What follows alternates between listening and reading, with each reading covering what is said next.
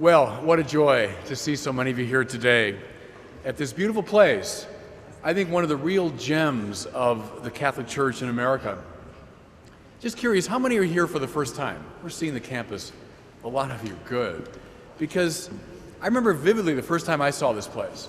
It was the spring of 1979. And if some in this room are old enough to remember, that was a very tough winter, 78, 79. And it was the first really beautiful spring day of that year when it got up into the 70s. And at the prompting of two of my classmates from the college seminary, I played hooky that afternoon. Don't tell Cardinal George. But I came up here and came on this campus, and I'd never seen anything quite like it. You know, the sacred geometry of these buildings, the way nature and architecture relate to each other, just the sheer beauty of the pier area of this chapel, it overwhelmed me. And I have to tell you honestly, I've never come back on this campus without some sense of that first visit. And that's what Mundelein wanted. Cardinal Mundelein, who's buried right behind the altar here. Mundelein wanted this to be a gem. He wanted it to remind the students of heaven. So when they preached about heaven, they'd be thinking of this beautiful place. And that's why for this event, I wanted people to come. I'm so glad many are here for the first time. Perhaps you notice the quality of the architecture. It's a colonial Georgian architecture for the most part. Mundelein wanted to say, we Catholics belong in this country. We're as Americana as Thomas Jefferson. This chapel is modeled after a Protestant meeting house he knew as a young man in Connecticut. So you see the outline, it's all the Protestant church. You come inside, and there's the Litany of Loretto up here, and there's all the Catholic symbolism. That Catholics belong in this country was something of great importance to Cardinal Mundelein. Obviously of great importance even to the present day. So I'm delighted you're here, delighted you can see this place, take advantage of it, be moved and transformed by the beauty of this place. That's what Mundelein wanted, that's what I want too.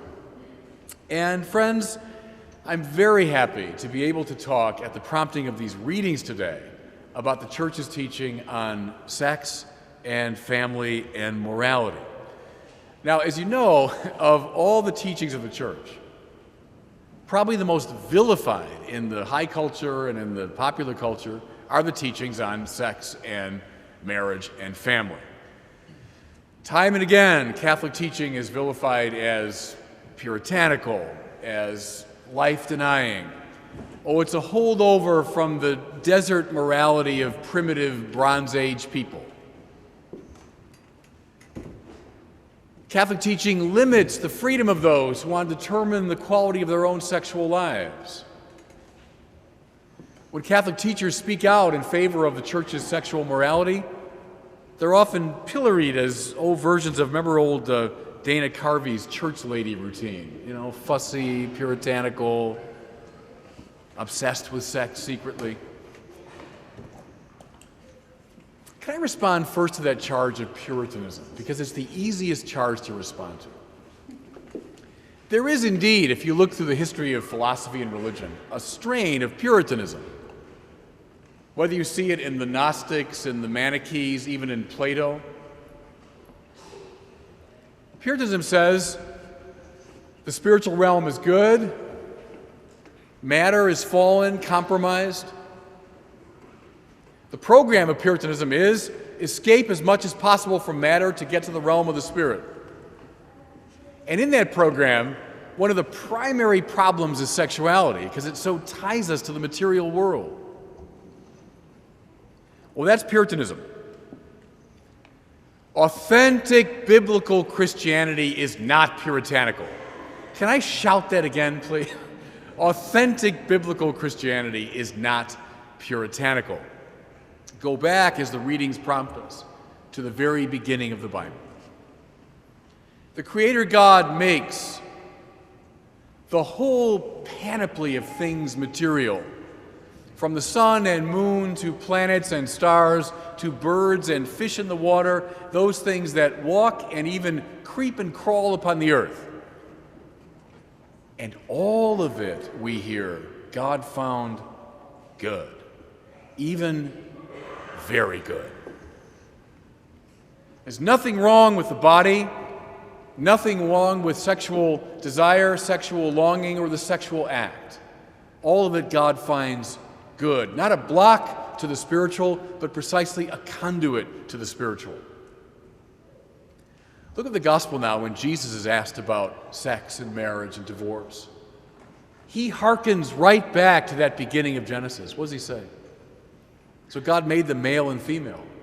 So a man leaves his mother and father and clings to his wife, and the two become one flesh. Notice the stress on the word flesh. And notice, I don't know how to get around this, that image is rather inescapably sexy. The two becoming one flesh. Plato might have been a Puritan, maybe John Calvin was. Jesus was not. And the Catholic tradition is not puritanical. Okay, so if we celebrate sexuality, the body, sexual desire, what separates Catholicism from, the Playboy philosophy? Well, the Catholic Church wants to take this precious and beautiful thing, human sexuality, and place it within a context that elevates it and transfigures it. The context is the context of love. Now, mind you, in our great tradition, love is not a feeling primarily. It's not a sentiment. Love's an act of the will. To love is to will the good of the other. Catholic teaching says that all of human life should be placed in the context of love, should be drawn magnetically by the power of love. That's why even your business life, your work life, should be transfigured by love. Otherwise, it devolves into a crass materialism. That's why your friendships, your relationships have to be leavened by love, or they devolve into manipulation. That's why even your recreation, your entertainment, has to be marked by love, or it devolves into self-indulgence. Sexuality is no exception to this great rule. It too has to be magnetized, transfigured, transformed by love. And then it becomes something rare and wonderful. Now, you want to see the opposite of it? Look around at the hookup culture today. Now, maybe you know what I'm talking about, especially parents of college-age kids know what I'm talking about. If you want to see it in fictional form, read Tom Wolfe's novel, I Am Charlotte Simmons. Again, I recommend that to parents of college-age kids. If you want to see what the hookup culture looks like. Young people and some not so young people subscribe to this view that the most superficial type of sexual contact is just fine. Sex, totally divorced from love, even friendship, any kind of commitment, is just fine. You know what the hookup culture has produced? It's produced an army of deeply sad and deeply anxious and deeply disaffected young people. Talk to psychiatrists and psychologists who deal with young people. Armies of these kids filing into their offices complaining of this deep wound of the soul, and a lot of them not even aware that their suffering has been caused by their errant sexuality. The Catholic Church says sex, already something beautiful, is transfigured by its relationship to love. But then, friends, there's a third step. Because love is now further elevated, even more gloriously transfigured by a relationship to the divine purpose. Listen now again to Jesus. After he specifies how beautiful it is that the two become one flesh, he then says, what God has joined together, we must not put asunder. Many years ago, when I was working full-time in parish work, I prepared a lot of young couples for marriage. And I was just maybe slightly older than most of them, or even a little bit younger. I was 26, 27 at the time. Eventually, I get around to this question. How come you want to be married in church? And after a fair amount of hemming and hawing, almost all the young couples came up with some version of, well, because we're in love. And I'd say, that's great. I'm delighted you're in love. But that's no reason to get married in church. Sexuality is good, yes. Sexuality contextualized by love is even finer, even rarer. But, you get married in church when you are convinced that it is God who has brought you together precisely for His purposes.